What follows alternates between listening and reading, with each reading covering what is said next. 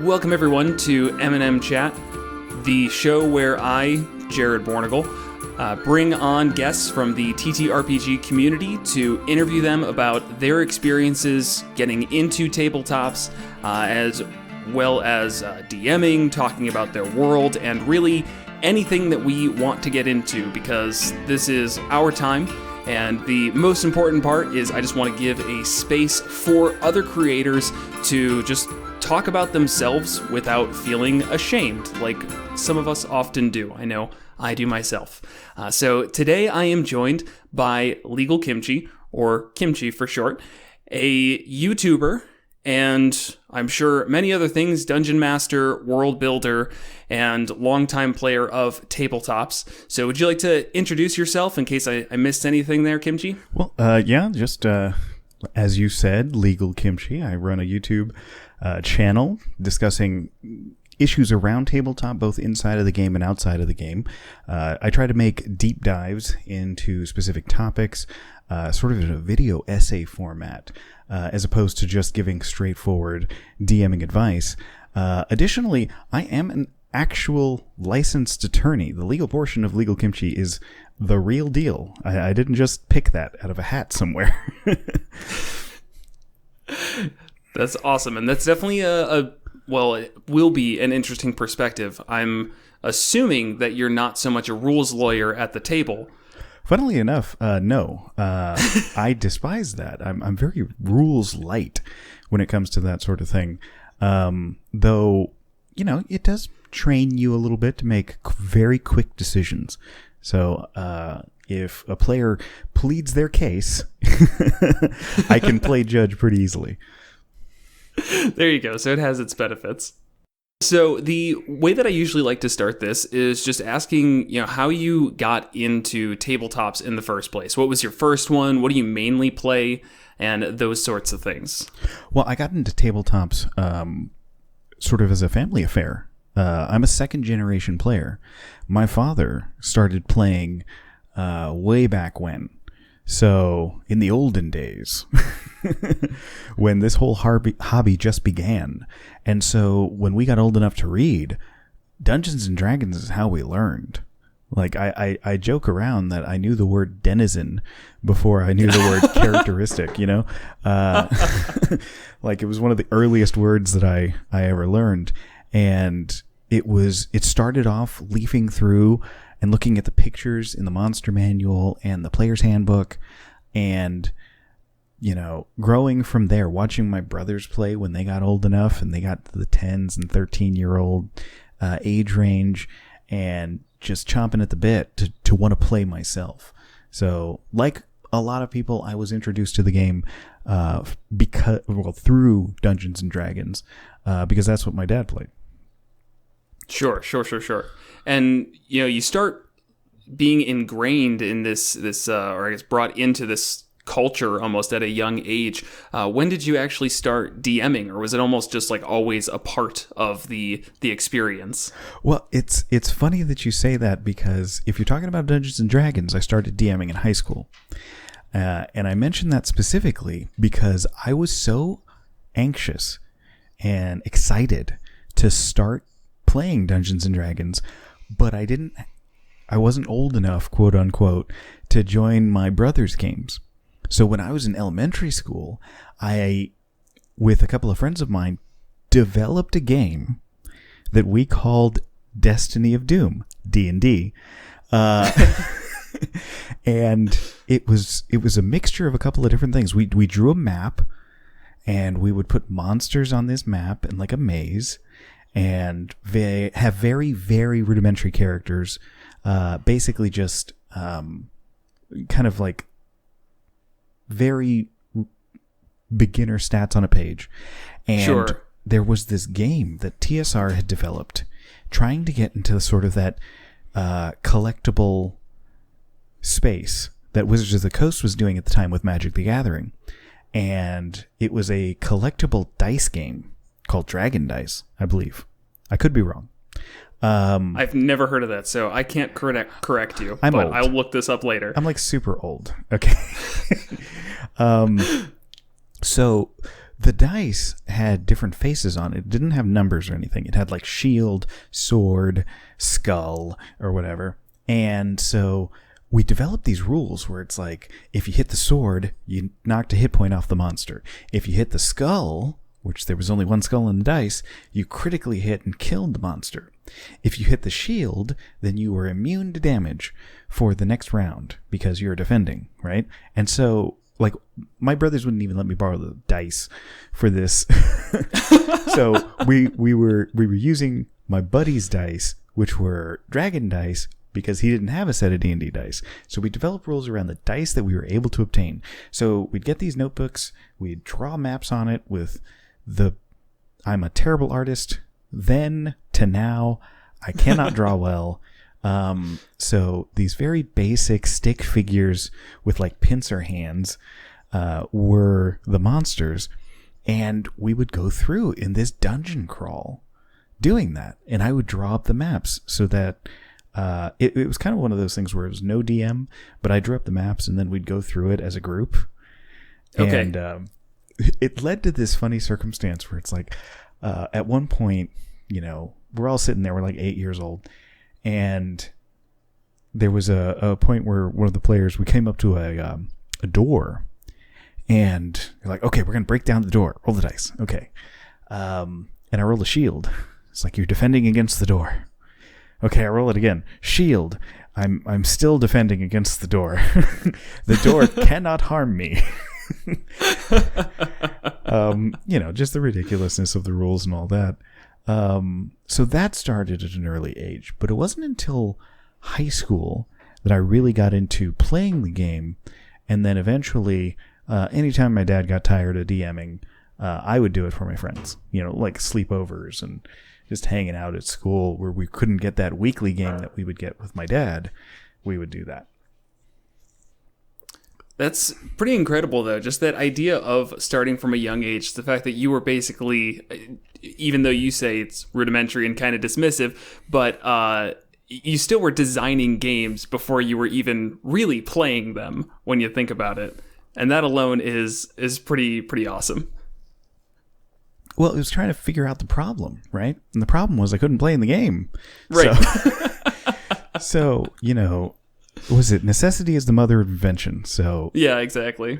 We were desperate to play something. We knew that it had swords, magic spells, and monsters in it. We were going to start from that foundation and figure it out. Yeah, that's really awesome. And so when you first start playing and like actually being allowed to play, as you said, you're quote old enough to play, was it like immediately into kind of like making up your own adventures and world building, or was it, you know, buying official material and running through that? I learned a very early lesson in that from my father. And I didn't realize the lesson I was learning until later, if that makes any sense. Let me explain. Sure. My father made up a world. Okay?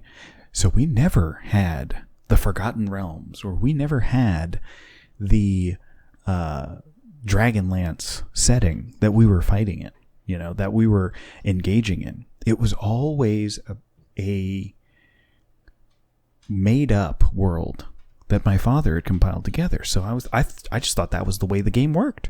Right. Okay. It wasn't until I started reading like The Crystal Shard by R.A. Salvatore that I realized that D&D settings were a thing. So I was raised on the idea that you make your own world. I was also inadvertently raised on the idea of stealing everything from everywhere to create your world.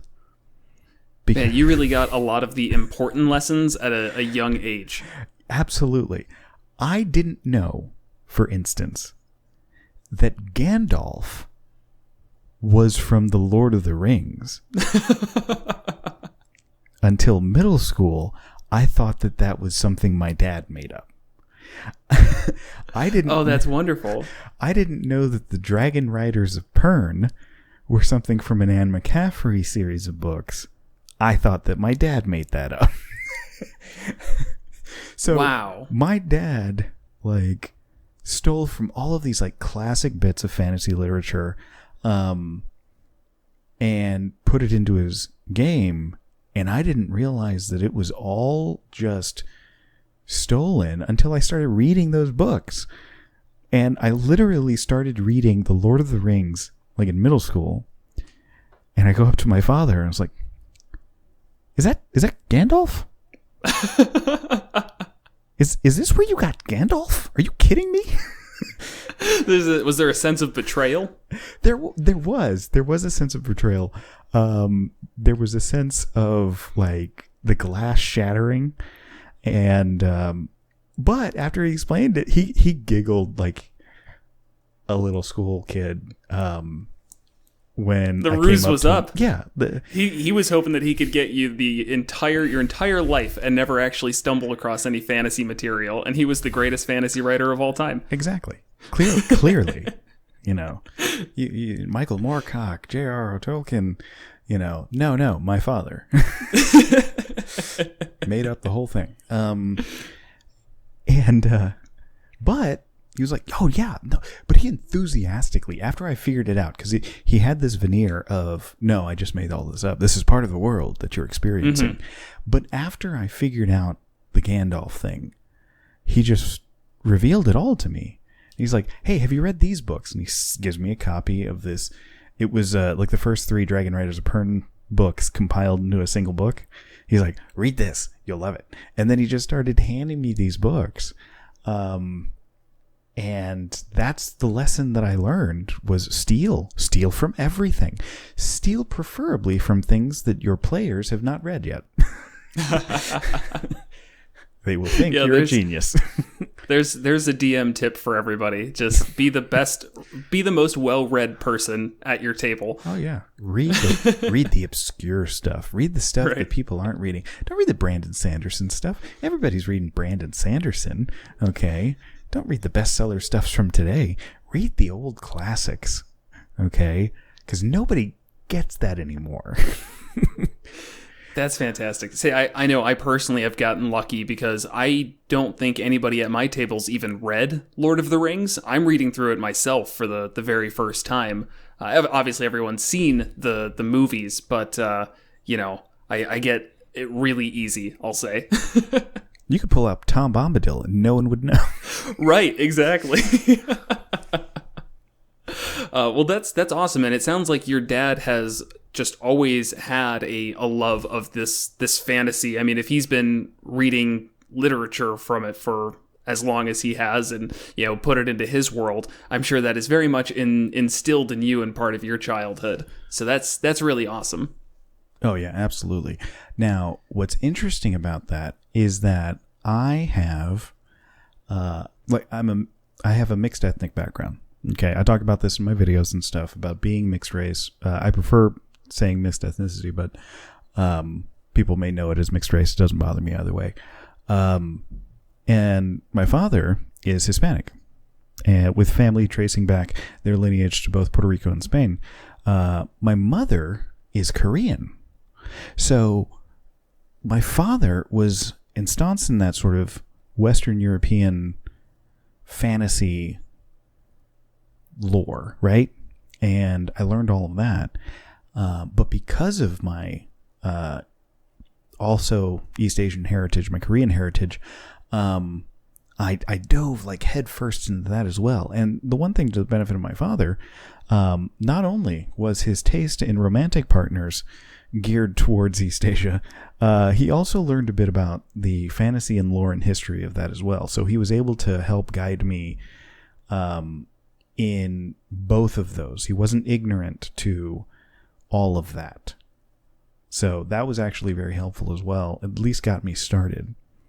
And again, another series of books that you can read and take things from are like historical fiction. I love mining historical fiction for my D&D games, or just history in general. I love history. And, you know, what a lot of people don't realize is that a lot of the fantasy that we love is just mining history. Like Game of Thrones, while it doesn't seem like it, is just mining history, the War of the Roses, that took place in England. That's it. It's the War of the Roses if there were dragons. And there's so much. So, we just talked about the advice of read books that your players have never read and they'll think you're a genius.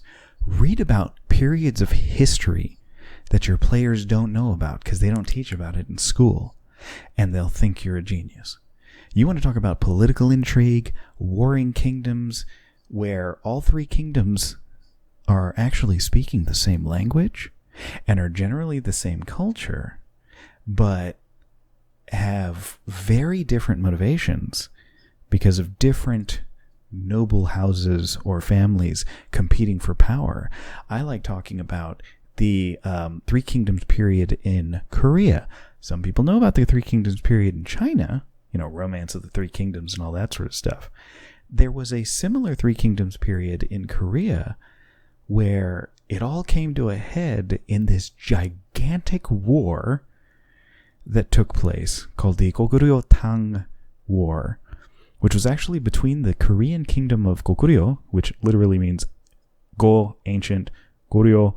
Goryeo is where Korea comes from. Korea, or Goryeo, Korea. That's where the word comes from. Okay, so Go Goryeo means ancient Korea. So the Goguryeo kingdom and two other Korean kingdoms, Shira and Baekje. And Goguryeo was getting a little big for their britches, right?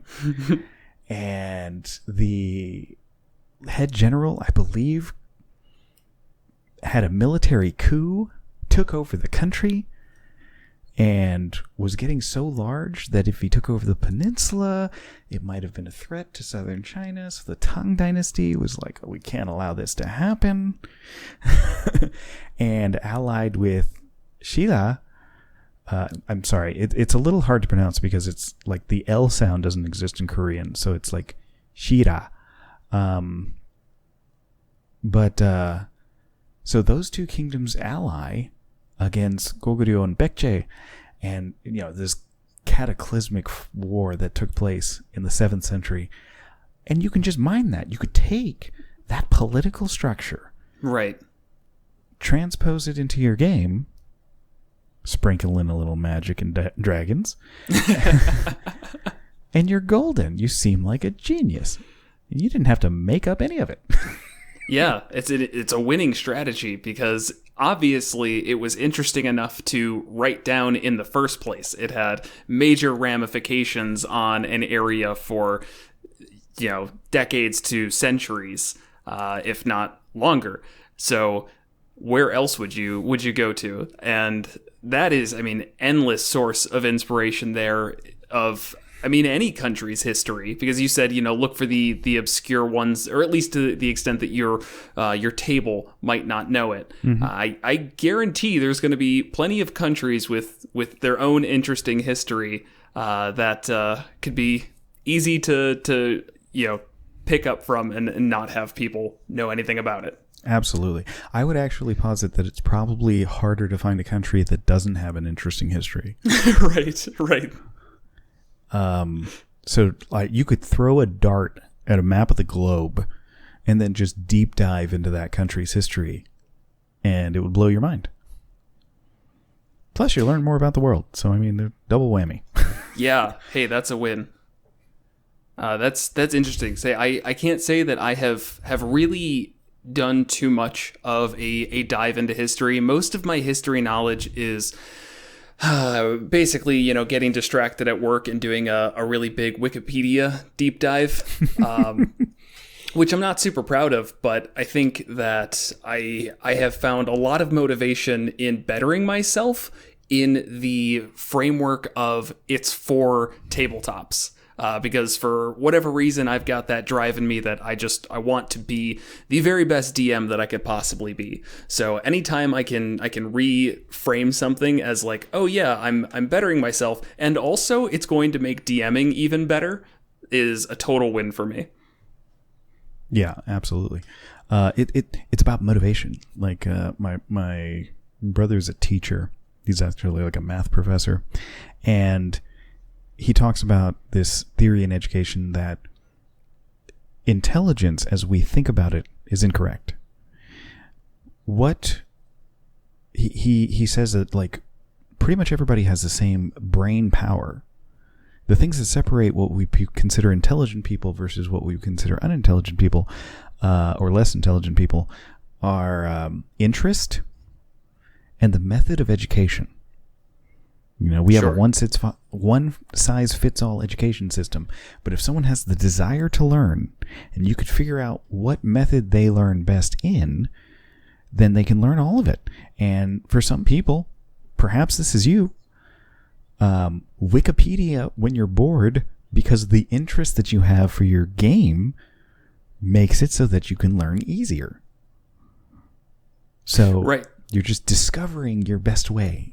Yeah, no, and I'm seeing a lot of that right now in that when I was in high school, I took Spanish class, and I never really cared much for it. I didn't learn very much after like 3 years of doing it. My father is Dominican, and it was really upsetting to him that I just couldn't learn Spanish. Well, most recently, I had a bit of a family reunion with a lot of people from the Dominican Republic, and being around them and having them speak Spanish, it reignited this like, oh my gosh, what am I doing? Why have I never learned this? There's an entire side of my family I can't communicate with. And since then, I've been finding resources and have found that motivation, and I'm finding I'm picking it up pretty quickly. And, it just kind of echoing your point of, I don't think it was a matter of me being unable to learn it or not having the knack for learning another language. It was that I didn't have that motivation or that interest. And probably the teaching method was, a public high school. Yeah. Yeah. So, don't sell yourself short. It's amazing. And when you have like a foreign language, I saw this story about this online. It was fascinating to me. They had a player who didn't speak English, but just one player. They spoke only Spanish. Now the DM was bilingual, could speak Spanish and English. So that the way that they resolved that was that player was an elf. An elven in this world was just Spanish. So whenever they came across something in Elvish, it would be written in Spanish. And one person could read all of that. And, if you had a bilingual player, they could communicate in Elvish and quote-unquote common, and all that. So it included that person in a way that added flavor to the world. Right. I just thought that was fascinating. No, that really is. And I'm sure over that time, too, both sides are going to be picking up some of the language here and there, because just being so ingrained in it, and again having motivation to learn it because you have somebody there who speaks a different language, and it's not just a part of the conversation, but it's a part of the story as well. I feel like that's a wonderful way to teach that obviously not everyone can mirror, but given the opportunity, that sounds fantastic. I do think it would be hilarious, though, because it has the similar issue that I was talking about before with how I learned how to read, in that you could learn Spanish, but your first words are like battle axe and fireball. Right. And you keep trying to sneak them into conversations. Like, why does this guy keep on bringing up battle axes and fireballs? What's going on here? I don't know. I think if I was talking to somebody and they kept bringing up fireballs and battle axes, I would assume they're a pretty cool person. So... Yeah. Is it a bad thing? It's like, you and I can be friends. I right. can clearly see that already.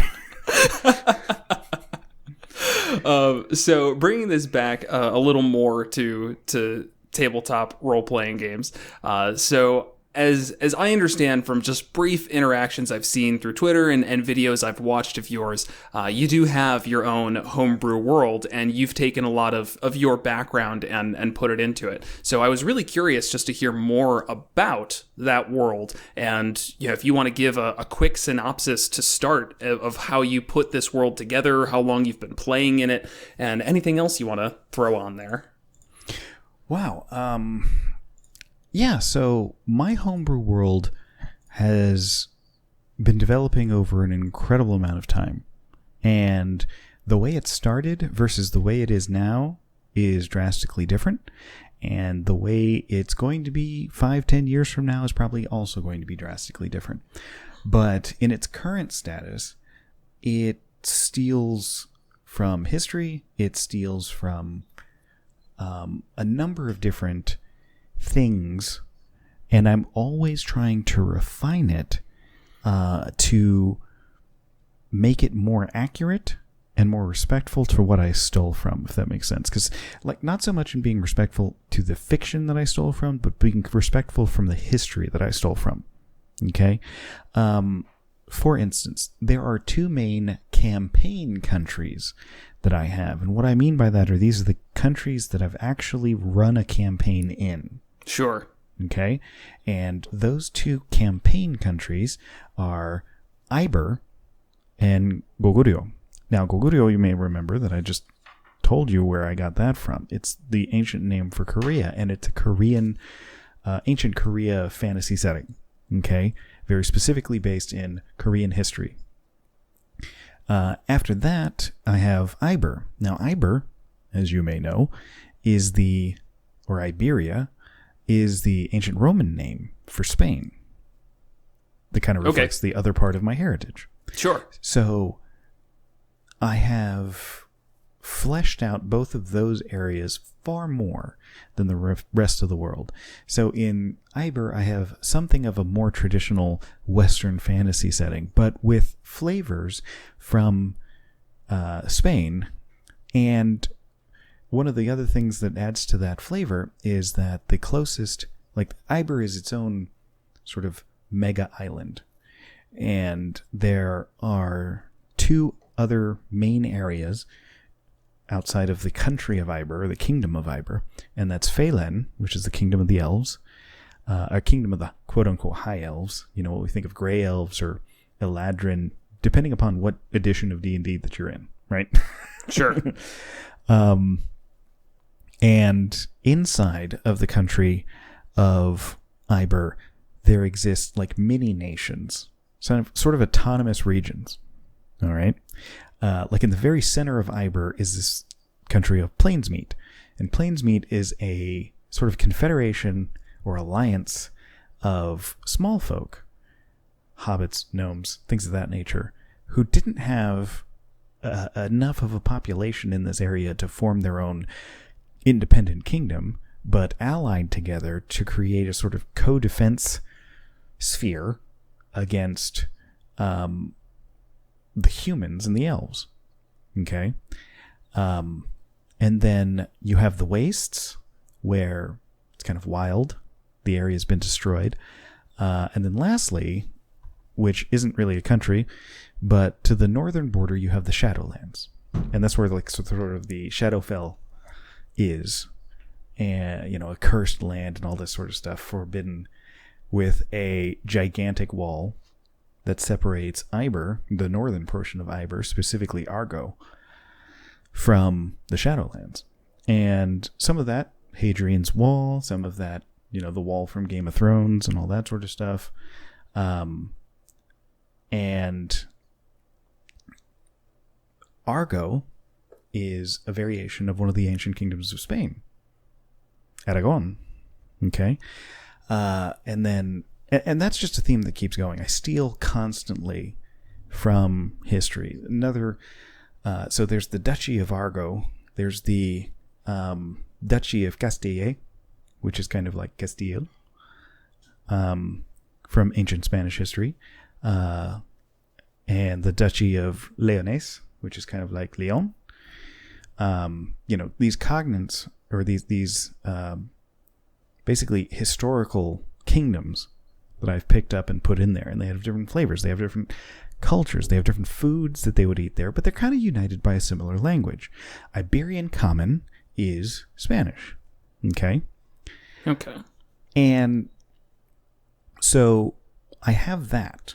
And that's if I want to run the classic knights, nobles, and all that with D&D elements in it.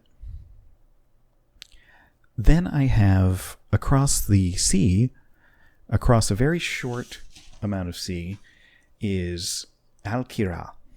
Al-Qira is the great city. Like, it's the hyper-metropolitan city where the Western continent, where Goguryeo and all these other countries are, and the Eastern continent, where Iber is and the Feilen, the elves are, that's where they meet, is in this city. It is the hub of trade throughout the entire world.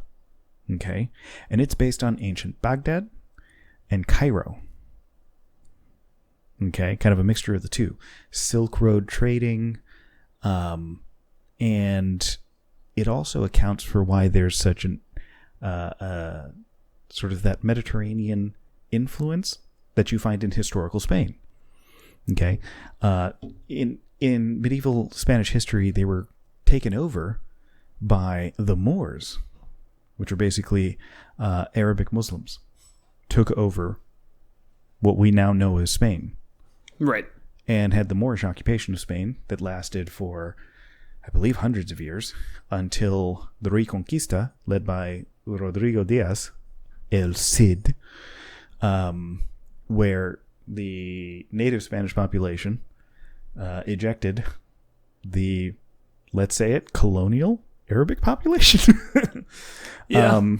We think of colonialism as being a purely European thing. It's not. Everybody engaged in it, and it left its mark throughout the world. But you can still see traces of that to this day. And so there's a little bit of that flavor in Iber because it takes that from history. Now, moving to like Goguryeo. Goguryeo is obviously modeled after a fantasy Korea, okay, where you have the king and you have the Wijongbu, which are the ruling council, and you have the Yangban, which are kind of like heads of the bureaucracy / nobles, but it's not quite nobles because of the Confucian construct of how the society was structured. Doesn't neatly fit into that, but it's the easiest way for me to explain it. You know what I mean? Okay. So that's going to be sort of the fantasy Korea based on, oddly enough, the Joseon dynasty, not so much the Goguryeo dynasty. So I took the name from an ancient Korean kingdom, but the society, culture, and kind of customs and norms that I took were from a later Korean kingdom. Which is also funny because if you look at the different names that Korea had before whomever decided, probably the British, that Korea was going to be the name. Because obviously, Koreans don't call themselves Koreans. Right. The country is Hanguk, the country of the Han. And so it used to be a split between Joseon or Goryeo. Apparently the Goryeo one stick, and that's where we got Korea from, but it's gone by those two names throughout its history. Then I have, kind of variations on some of the other things. Like I have an island of Dragonborn. And the Dragonborn are kind of this fantasy Japan. Okay. So I call it the Empire of the Ryo Otoko, which translates into the Dragon Men in Japanese. Probably bad Japanese. I really need to double check on that. Well, if it makes you feel any better, I also love pulling from different languages for naming things. Give it a really simple name, put it into another language. Now it sounds like a cool fantasy name. Yeah, well, Google Translate tells me it's correct, but Perfect. You can only take that so far. Yeah. And, it's one of those things where I don't have my campaign take place there because I don't feel comfortable enough with it. It's a spot on the map right now. Sure. But I really need to develop the culture of it. And part of it is there's the respecting the culture element, and that's important. But if you are completely uninterested in respecting other people's cultures, which I hope is not the case, right. But, it's the caricature of the country is so one-dimensional that to me, it's more fun, it's more intriguing and interesting to understand what the actual culture was like, because it's always far more complex. And if there's something that I feel permeates through the content that I create, either on YouTube or Twitch or wherever people find me, it's that I love looking at things complexly. Okay, getting the little details, wondering about the if-then of what happens when something happens. And I think that not only sums up the way that I view my world, but my DMing style and how I structure a campaign or game. Okay. And I'm going to force a segue here. Go for it. So, the reason I want to bring that up is like, my game, the way that I set it up is I have this world that I've been developing for, years and years and years. And it reflects my culture. That it's not a coincidence that the two places that I have developed and that I know about and that I've run campaigns in are the two places reflected in my own culture. Okay? That's not a coincidence. It's because those are the ones I know about, right? It'd be a really odd coincidence if it was. It would be. It would be. But so I create this world. I populate it with these NPCs who all have their own agendas, who all have their own timelines of what they want to do and when, and who are all reacting to the events of the world. Okay? Right. And the events of the world for me is the conquering of the world by Caliban. Now, Caliban was my player character from when I was in high school. Oh, okay. So I played this guy, and I got him up to some like 10, 15 level or something like that. But I never got to like see the end of his story. So I had to move away, all this sort of stuff. I moved Life a lot happened. when I was a kid. Life happens, got in the way. So I was curious about the way that I played that character. And the way that I played that character was sort of like this self-righteous crime fighter figure, modeled after a sort of simplistic one-dimensional notion of what Superman or Batman would be in a D&D world. And as I got older and I became the forever DM and never got to play any player characters again since third edition, I started wondering to myself, what would this character actually be like when they attained that 20th level power? And I had this idea of that level of power corrupting his brain to where he starts to think of himself not as just the hero saving the world, but as the savior of the world. And so he goes off on this conquest to rid the world of conflict, to rid the world of evil. But he does it in a way where his zealousness is just a dominating world of conquest. And it likes tackling the ideas of, if you are a proponent of things that we would consider good things, like, the self-justification that was provided during European colonialism, for instance, we are civilizing the primitives. And there's a whole bunch to unload with that offensive statement, right? Right. But, they believed it. They really thought that to a certain extent. And what if that happened in the D&D world? So Caliban is trying to conquer the world so that he can unify it, end wars, end conflicts, right? And so when all of my campaigns start, they start in the middle of the war. Specifically, Caliban has conquered Iber and Phelan. That entire continent is occupied territory. And he's invading the western continent, and Kokuryo is currently engaged in a war to defend themselves from this invasion. So in the Iber campaign, it starts off adventurers who just want to get by. So I have all of these little places pieces on the board, NPCs, whom I know the characteristics of, I know the personality of, I know what they're going to do in certain circumstances. And I plop the players in, and I give them a little intro, make sure that they know how to play the game. I introduce a lot of new players to the game. I love doing that. So I sometimes have to do an intro dungeon just to make sure that they understand the mechanics of how their characters work. Right.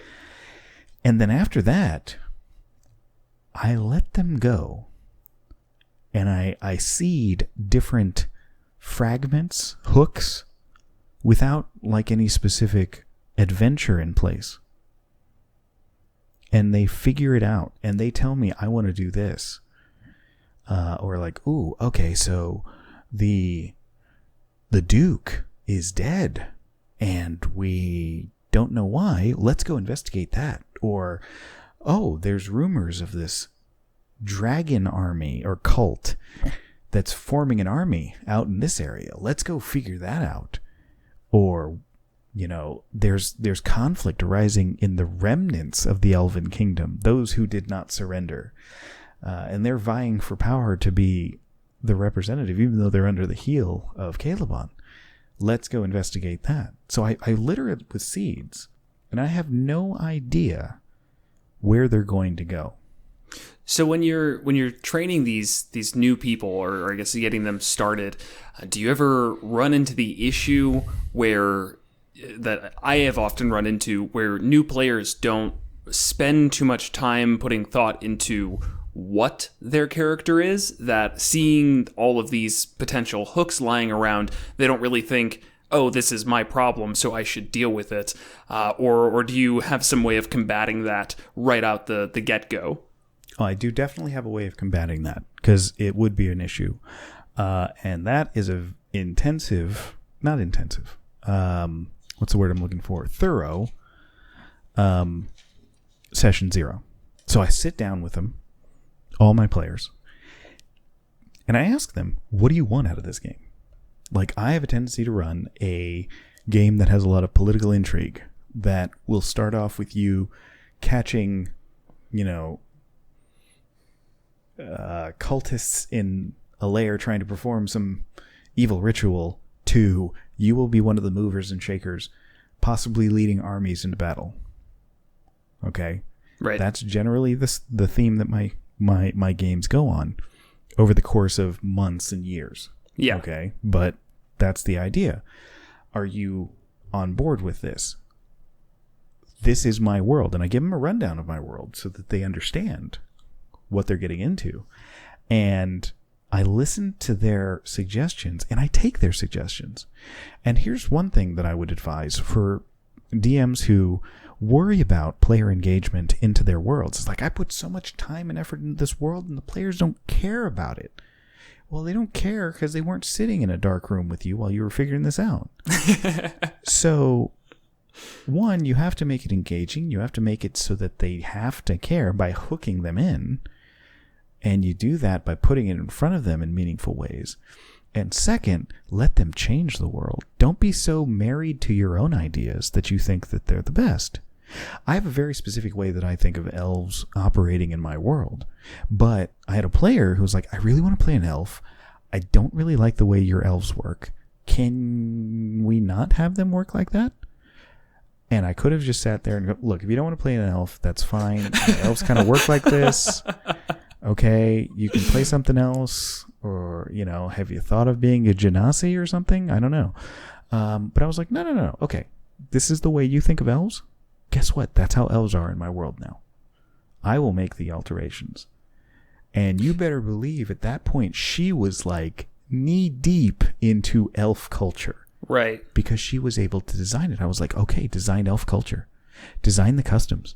What are the things that they do? What are the foods that they eat? How do they work? You tell me, and I'll put it in there. Sure. Now she's heavily invested into how the elves work. And one thing that I would suggest, if I know I've seen a lot of DMs who might not want to completely change what they have already established. At the very least, what you can do is point to a spot on the map that you haven't thought of and say, okay, well, the elves there are like that, so let's talk about it. And let's make a blank slate if we don't have one. Well, that's the thing. Like, to me, it's all a blank slate. It's made up. Right. That's fair. And, you know, if I want to run a campaign in this part of the world and there are no blank slates, because I've been working on this thing for, you know, almost a decade now. Right. Then, because my map doesn't have that space. Because I have filled in that. Well, that alone is impressive. Sometimes I have this concept of the third continent, which I haven't touched yet. But the game doesn't take place in that. Right. So if you want them engaged, like in a political game, in the setting that you're going to be in, you got to give a little. So I gave a little bit on the culture of the elves, and the politics of what's happening in the Elven Kingdom became a huge storyline in the campaign. And that player was invested to the point where at certain points she would get a little emotional when things happened. Like to the point where, are you okay? Do we need to stop the session for a moment? You know? And she's like, oh, this is awesome. No, let's keep going. This is how my character's responding. And I was like, okay, cool. We're good. Because she was so into what was going on that I was misinterpreting her character's response as her response. But she was just so engaged with the role playing, I couldn't tell the difference anymore. Which is a great problem to have. Oh, without a doubt. I mean, can you ask for anything more as a DM? Because my world building is what I do for me, and that's fun, and I enjoy it. You know, I come from a tradition of that. But ultimately, it's all so that the game is fun.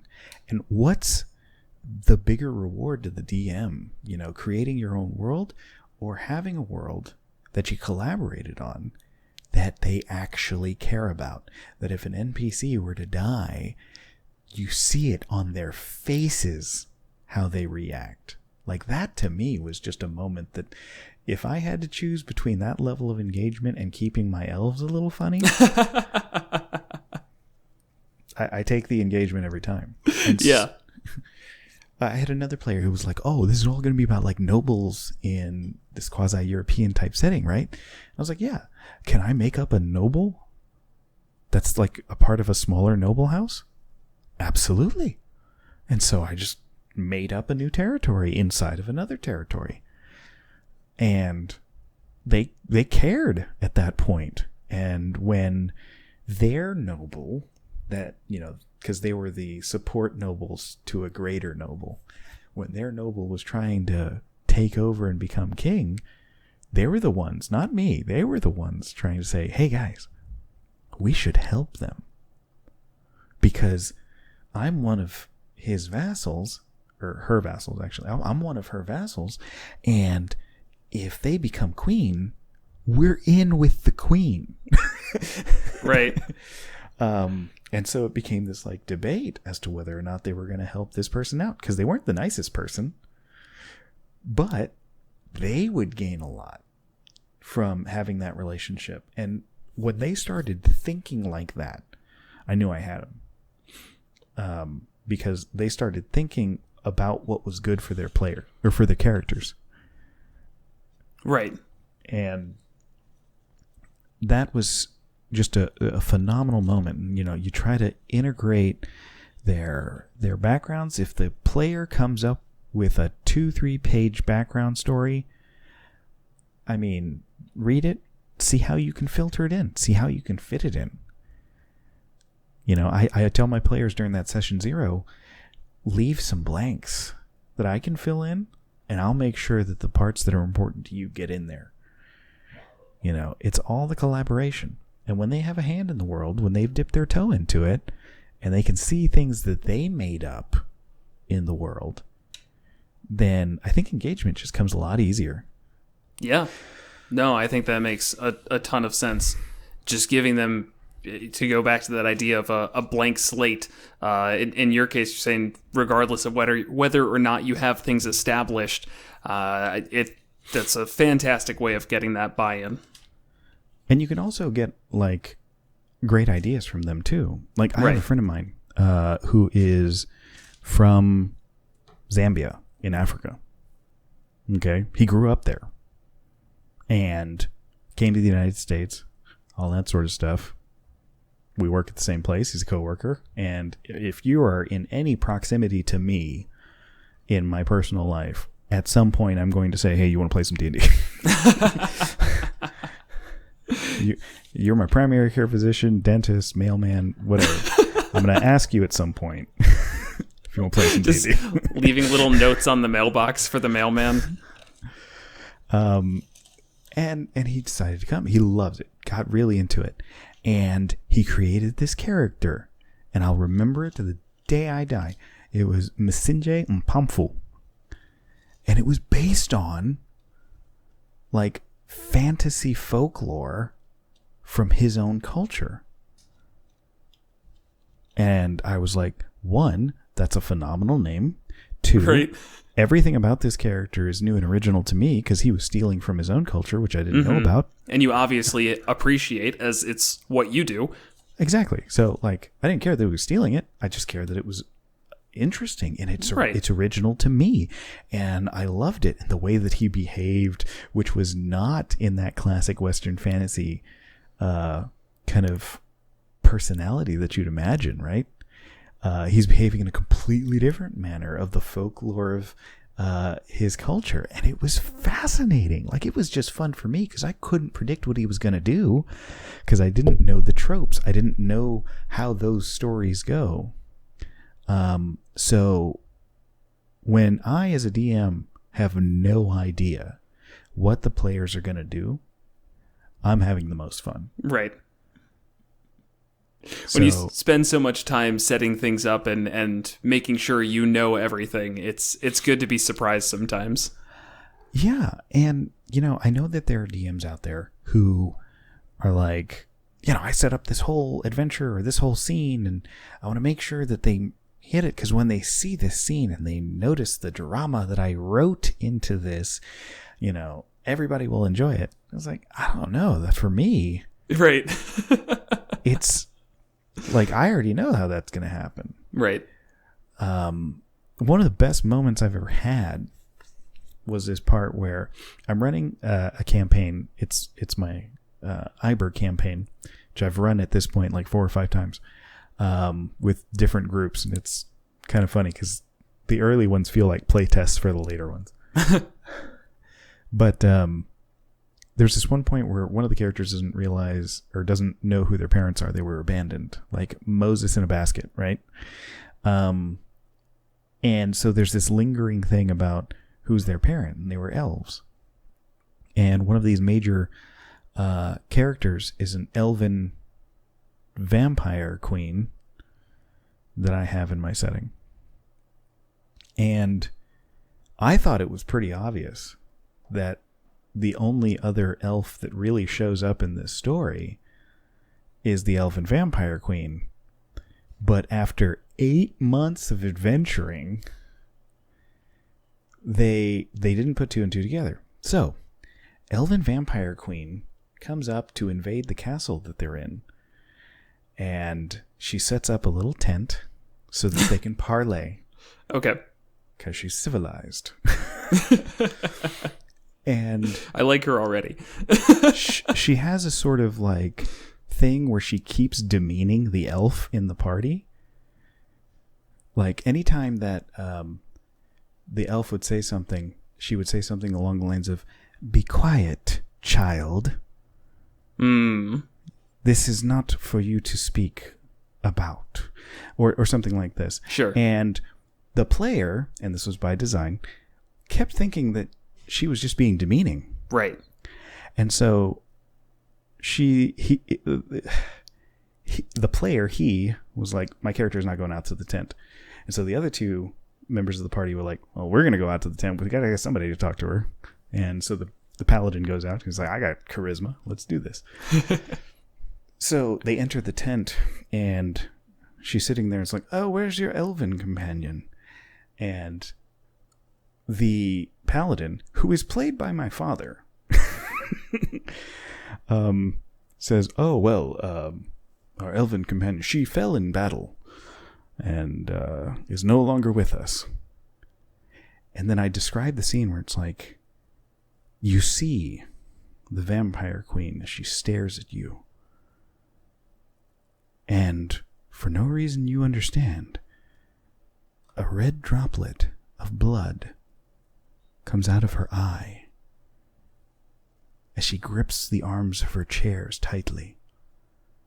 And she looks at you as more red droplets come from her eyes and asks, "Sir, knight of this realm, are you telling me that my daughter is dead?" And it was perfect because I had no idea that they were not going to bring her, the character, Right. to the tent. So I had no intention of revealing that at that moment. Okay? Not only that, but we had just, it was time to finish the session. So she says that, and I was like, all right, that's enough for this week. I'll see you guys. and just the scream of, what? From the players, it was just these little moments where, because I set up everything in the background, I always have that card to play when it's appropriate. Right. And they just set up a situation where I was like, how would she react right here? She would react poorly.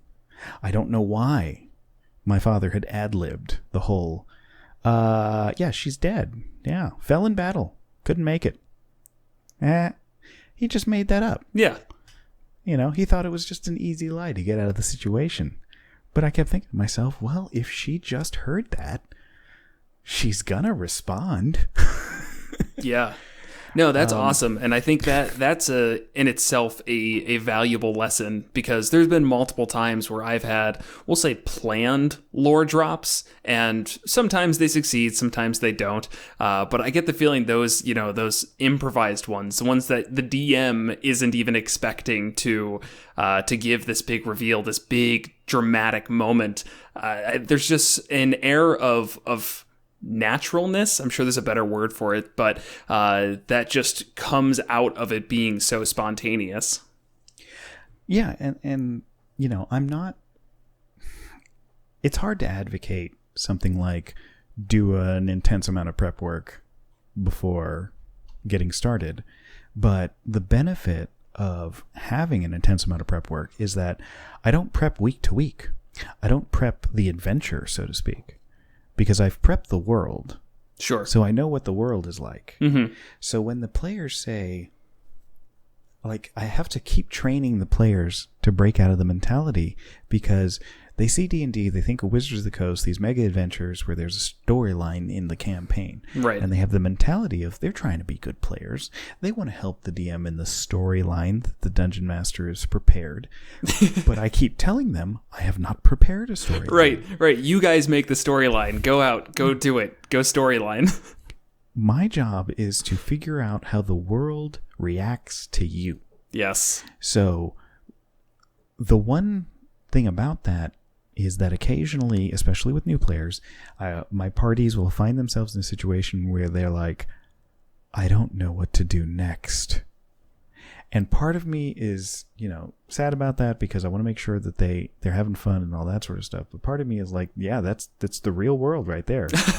Sometimes you don't know what your next step is going to be. You are shaping this world. And, it's one of those things that I can do because I've been DMing for 20 years now. Okay? Because I'm old. We'll say because you started young. Let's not say because you're old. So I'm old. And and I have, 20 years worth of adventures, modules, computer RPG game scenarios, and all of this packed into my brain. And so I can just make up an adventure on the fly and have it have cohesion, because I will just steal, oh man, there's this great map from Red Hand of Doom that I want to use. Oh wait, there's this one encounter from Keep on the Borderlands that I think is pretty neat, and I'm going to put it into this apropos of nothing, and I can do that because I have this sort of encyclopedia. The only reason I buy adventure modules or adventures at all are so I can steal bits and pieces of it for later. I've never run an adventure. Yeah. But in a way, you've run hundreds of adventures. In a way, and it seems cohesive because I've gotten a knack for how to do it over the years. And do you have any tips? Because a lot of times, say, I will even, I'll try to steal pre-written things. And I find that I just have the hardest time with it because I get frustrated and I go, you know what? I should probably just be writing this myself. And, maybe I take the concept, but anything that's already there, I just feel like I have to throw out entirely. So what's your, not that you actually have to give it, but, 5 tips to stealing an adventure? Steal as much as you want. Don't feel obligated to steal more. That's tip number 1. Because what your instincts are going to tell you are you want to steal all of it. But you don't have to. Like, if you just like this one dungeon from, Against the Cult of the Reptile God, well, then just use that dungeon. You don't have to keep the rest of the adventure. Well, why are they in the dungeon? Why is it full of, yuan tea? Oh, think of something. I don't know. Or replace the yuan tea with something that you can think of. Right. Do you like hobgoblins? Well, switch them out. What about the snake imagery? Switch it to goblin imagery. Like, you could just do 1-for-1 palette swaps. Okay. Right. Think of Mortal Kombat and what they were able to do with the same ninja 6 times. They just changed the color. And it's the same thing. So, if it's just the name of the villain, the name of my villain comes from a player character, a character that I made years ago. He's based on a mixture of Brandon Sanderson's Mistborn, where the person becomes the evil overlord. He's the hero that becomes the evil overlord. Okay. My vampire queen steals a whole bunch from Glenn Cook's The Black Company books. Okay. Because they're fighting for the lady, right? And they just refer to her as the lady. If you've never read those books, they're awesome. And so she takes a lot from that character. I didn't take anything else from that for my world. Just that one character. And she seems a little out of place, so I made her a vampire. It's just like... don't feel obligated to steal more than you need to. Steal what you want and then palette swap a little bit to make it fit to your world. So that's number 1. Number 2, have a map, even if it's crude, even if it's just a real map, or Asgar's. You ever heard of Asgar? No, actually. A Z as in zebra, GAAR. There's this thing online, and it's Asgar's fantasy map generator. It will literally generate a map for you based on algorithms. Okay. Is it world, city, any? World. Okay. So I think it may be others, but I used it for world. Okay. I'm pretty sure it's just the world map. Okay. But you can use it as your sort of campaign map, and it'll automatically create like 6 or 7 countries, maybe a dozen, with borders, color coordinated, with cool names. I just generated one right now. The Grand Duchy of Serena, right next to the Kingdom of Greece, next to the Chandian Theocracy, next to the Protectorate of Dertier. It just makes all of this up for you, so you don't even have to do that. Okay, so you have the map, and then just start thinking, what's the capital? What's the capital of the Kingdom of Greece? And who's the ruler? What type of government do they have? And just populate just a small area to begin with and just start expanding. Your characters are not going to be movers and shakers of the world starting off. They're going to be peasants, basically. Mm-hmm. So all you need to do is, like a town and maybe a couple of cities around it. Yeah. So start small. Okay. And then, be flexible. Be able to kill your children. Kill your babies. What is it? Kill your darlings. Kill your darlings. Yeah, that's what it is. Be able to break your own heart, because there's going to be something that you think is really, really cool, but if your players don't go for it, let them not go for it. I keep telling my players, if you want to engage in the politics of the world, do so. But if you want to go into the desert and go monster hunting, well, give me a little bit. I will make sure to have a monster hunting map and monsters ready for you. Right. Yeah, I always have my players will jokingly say, like, oh, well, we're just going to abandon what we're doing right now and go do something wildly different. And, like, I've just been saying to them, like, okay, just do it. I mean, do what you guys want to do. I'm not here to tell you what adventure to play. I'm here to, react more than I am to make a railroad in front of you. Mm-hmm. Mm-hmm. Never forget that the game is about everybody having fun, not just the DM having fun. Right. And everybody needs to be a little selfless in that. The DM sometimes has a story they want to tell, and her story may be good or bad or whatever. But it's a game, and the core of the game, in my opinion, is the freedom to do anything. That's what makes it so much more fun than any other game that you could play. And if you inhibit that, then you're taking away what makes it special. What makes any RPG special. So, just remember that when you get into it. That is some sound advice, and we're going to call that 5. I wasn't specifically counting, but I know we definitely got at least 5 pieces of advice out of that. I hope so. My brother's the math professor. I don't do math. That's fine.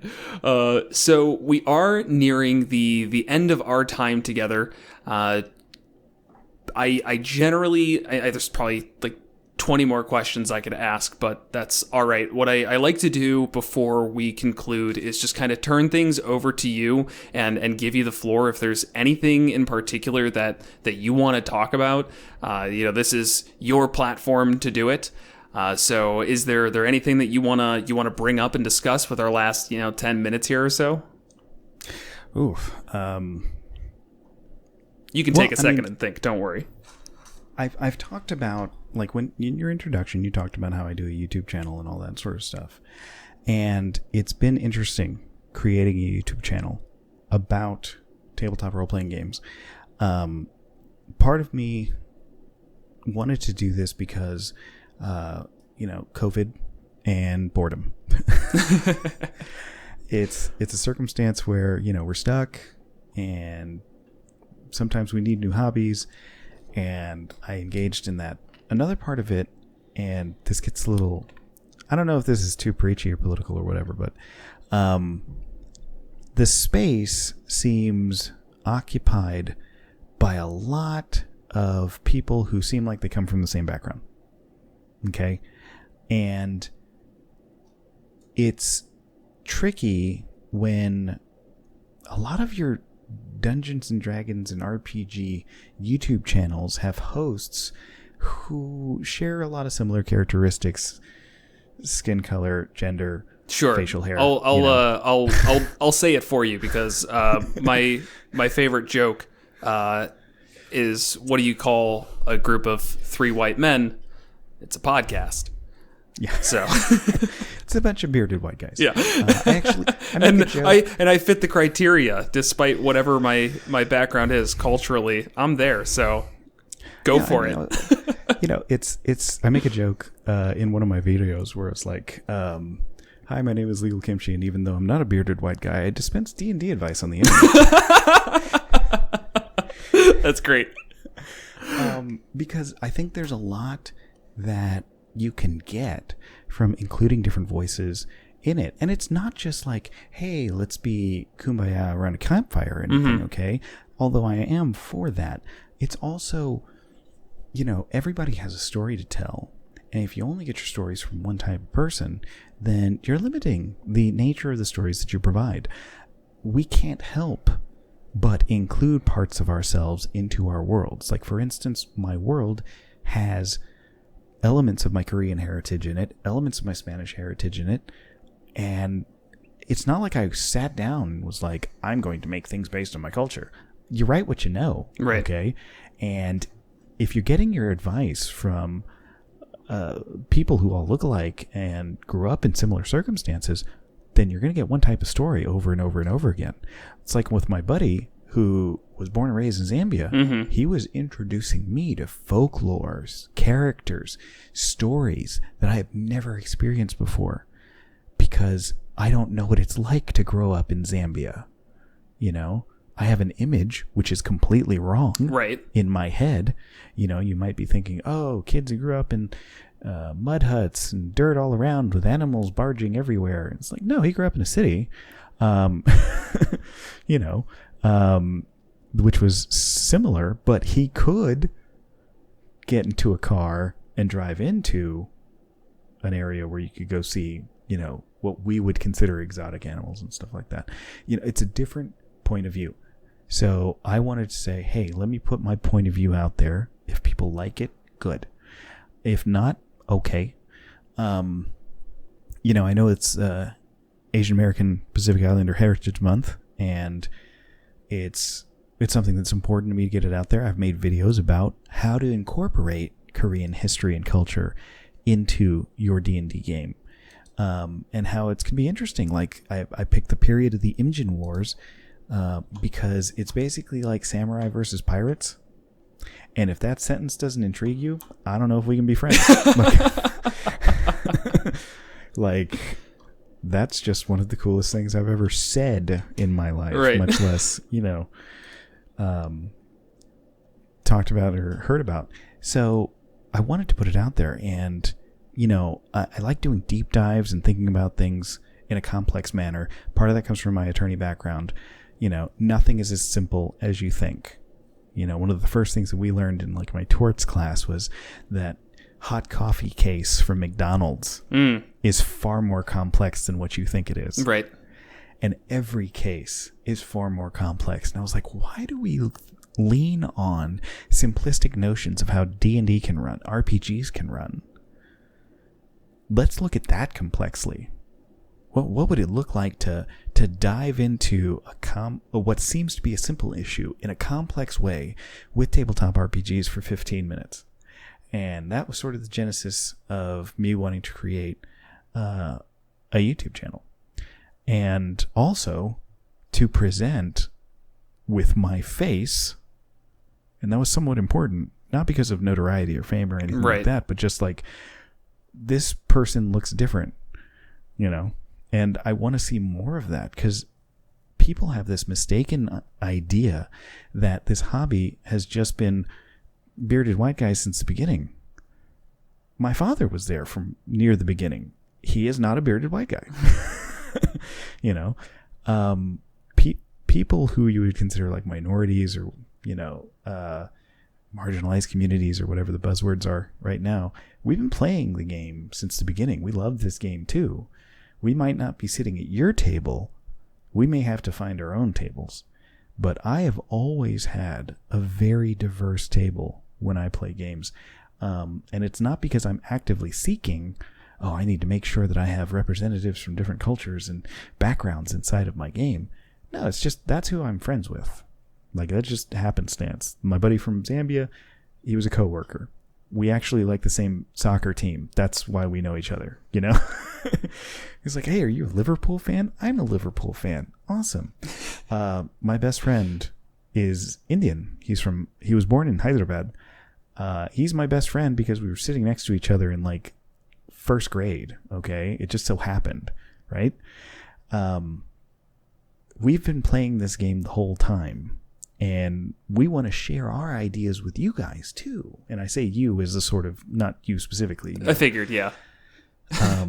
So it's not that, you know, I don't think that any of these content creators are great. Matt Colville or Jordan from Forgotten Realms, or, you know, name any of them. The right. Dungeon Dudes or WebDM or all that. Great. Fantastic stuff. Okay. I don't want to take anything away from them. I just think, hey, let's add some more people into that mix, and get different voices and different people included. Not throwing those guys away. No, they're great. Keep them. I watch their stuff as much as anybody else does.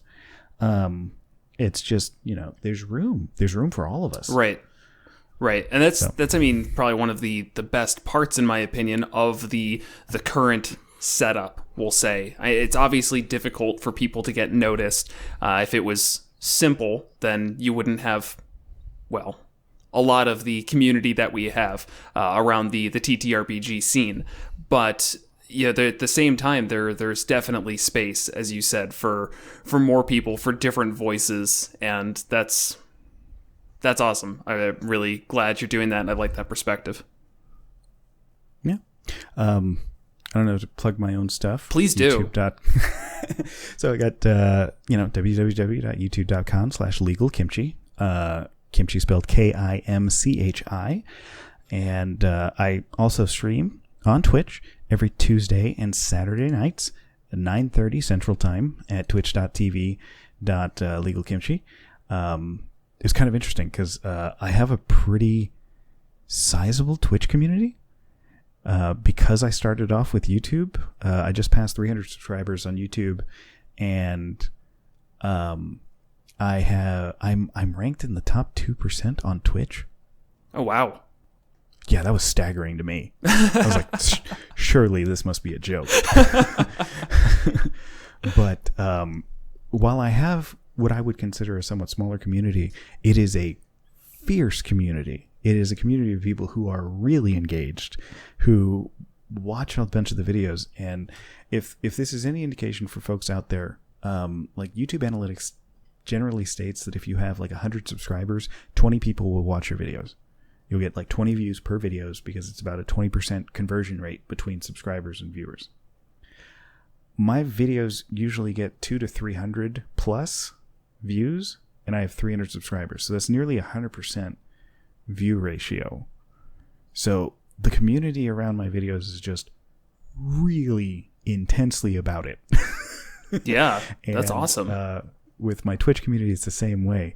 My Twitch community, like, I have less followers than communities that I have more viewers than. Right. It's weird. Right.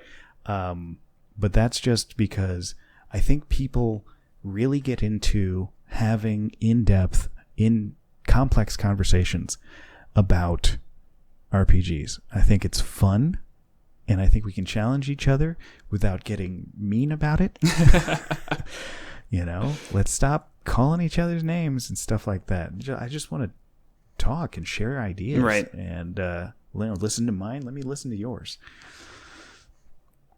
Yeah, that's awesome.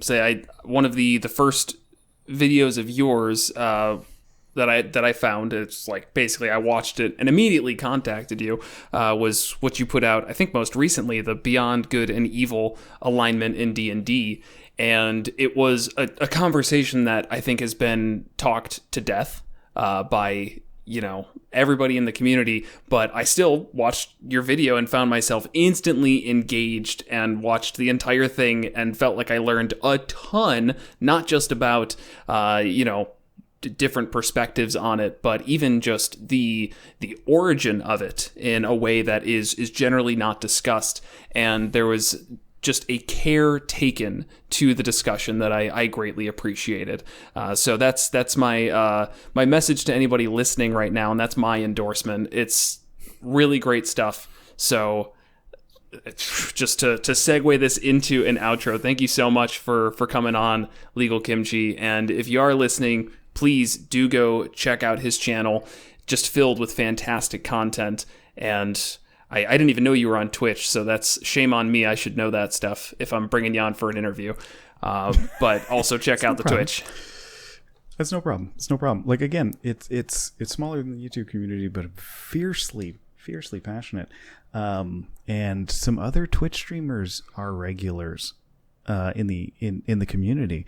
So it's fascinating. Like last Tuesday, I had DM Steve on from the Asians Represent podcast / Twitch community. Oh, okay. So that was pretty cool as well. Maybe we can have you on at some point. I am always open to it. I'm throwing that out there. So we'll maybe be able to get something set up, tit for tat there. Well, even if we don't, I will say this has been a wonderful conversation, and it was really nice having you on. And it seems like as good a time as any to end it. But if you have any last words you want to say, go for it. I think you've already plugged your YouTube, but if you want to plug anywhere else people can find you. Also, obviously, Twitter at LegalKimchi, LegalKimchi everywhere. But more than just plugging my stuff, be kind to each other. Perfect. Let's do kindness first. I like it. That's a good motto. Do kindness first. Exactly. All right. Well, great. Thank you once again. This was really fun, and I feel like I've learned a lot. So hopefully, listeners, you have as well. And usually I say thanks for listening, but I said listening like 10 times in the last minute. So we're just gonna get it's done.